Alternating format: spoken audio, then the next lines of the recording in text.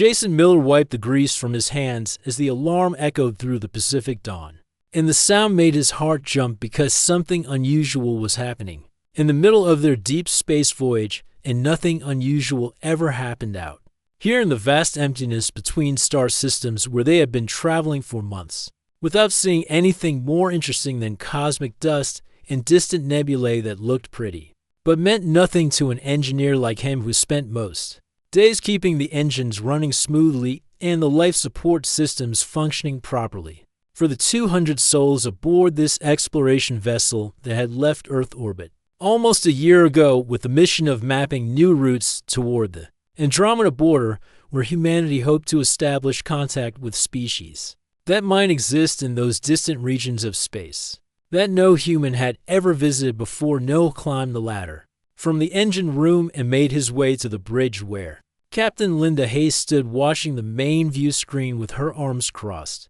and her expression tight with concern, while Dr. Amy Foster stood beside her holding a datapad and pointing at something that floated in the darkness ahead of them. And Jason moved closer to see what had triggered the alarm and caused this sudden interruption to their routine, and what he saw made him stop and stare, because it was a pod of some kind, small and damaged with scorch marks along its silver surface, and strange symbols etched into its hull that did not match any language in the human databases. And it tumbled slowly through space like a leaf falling through water with no power and no sign of active systems. Captain Hayes turned to look at the crew assembled on the bridge, and her voice was calm but firm when she spoke, and she said they would bring the pod aboard because it was their duty to investigate and to help if someone inside needed assistance. And besides, they were explorers, and this was exactly the kind of discovery they had come out here to find, even if it meant taking a risk.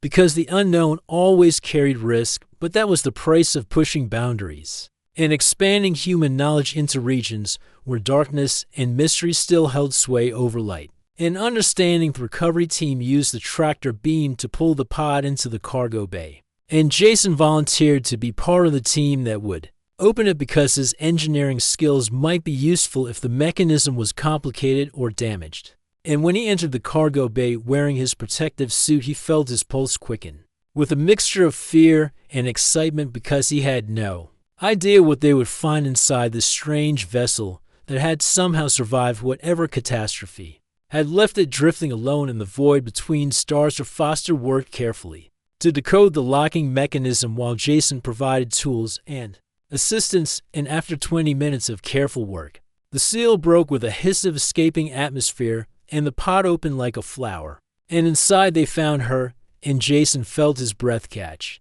in his throat because she was like nothing he had ever seen before, with skin that shimmered in shades of blue and silver and luminescent markings that traced patterns along her arms and neck and face like living constellations. And her hair floated around her head in a way that defied gravity, even here in the artificial field of the cargo bay, and she was unconscious, but breathing. And clearly Alvethi carried her to the medical bay where Dr. Foster began her examination, while Jason stood nearby and watched, and he could not explain why he felt compelled to stay, but something about this alien woman drew him in a way he did not understand. And when Captain Hayes asked him to help monitor her condition during his off shifts, he agreed immediately and found himself spending hours sitting beside her bed watching the slow rise and fall of her chest and wondering who she was and where she had come from and what terrible thing had happened to leave her alone in that damaged pod. 3 days passed before she opened her eyes, and when she did, Jason was there, and her eyes were large and dark like pools of deep water, and they fixed on him with an intensity that made him feel exposed, as if she could see through his skin and into his soul. And she tried to speak, but the sounds that came from her mouth were not words he recognized, and they were musical and strange like wind chimes in a storm. And he reached out slowly with his hand extended in what he hoped was a universal gesture of peace and friendship. She looked at his hand for a long moment and then reached out and touched his fingers with her own. In the moment their skin made contact, Jason felt something surge through him like electricity, but warmer and deeper, and suddenly he could feel her emotions flooding into his mind, and there was fear and confusion and pain and loneliness and relief all mixed together in a wave that almost overwhelmed him, and he gasped. And she pulled back quickly, and he saw something like apology in her eyes. Foster explained later that the alien woman appeared to have telepathic abilities that worked through physical contact, and this was how her species communicated on a deeper level than mere words could achieve, and the doctor was fascinated by this discovery and wanted to study it further, but she also warned Jason to be careful because they did not understand the full implications of this kind of contact and what it might mean for his own mental state if he continued to interact with her in this way. But Jason found himself drawn back to her side again, and over the following weeks, they developed a system of communication that combined simple gestures and careful physical contact. And through these connections, he learned her name was Kira, and she came from a species called the Valorans who had lived on a world of vast oceans and floating cities where the boundaries between individuals were less rigid than humans understood because they could share thoughts and feelings through their telepathic bonds and create a kind of collective consciousness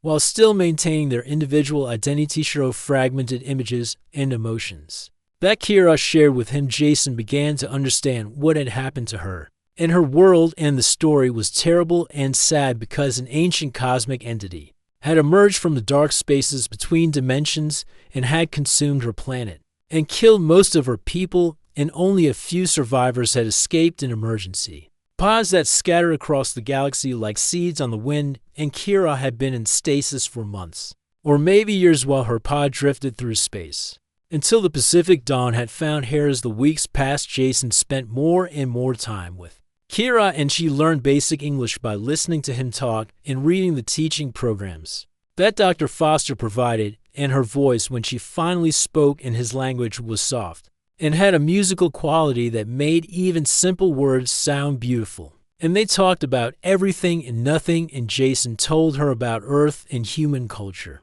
and she told him about Valoran customs and beliefs. And gradually their connection deepened into something that went beyond friendship. The crew noticed the bond forming between them, and reactions were mixed because some people thought it was beautiful and others thought it was dangerous or inappropriate. And Captain Hayes called Jason to her office one day and told him that he needed to be careful because they did not fully understand Valoran biology or psychology, and he might be getting involved in something that could have consequences he had not considered. But Jason told her that he knew the risks and he was willing to accept them because Kira made him feel more alive than he had ever felt before. In evening, when they were alone in the observation deck looking out at the stars, Kira took his hand, and through their connection she showed him something important about her species, and he learned that Valorans bonded differently than humans, and when they formed a deep connection with another being, that bond became permanent in their neural pathways, and it could not be broken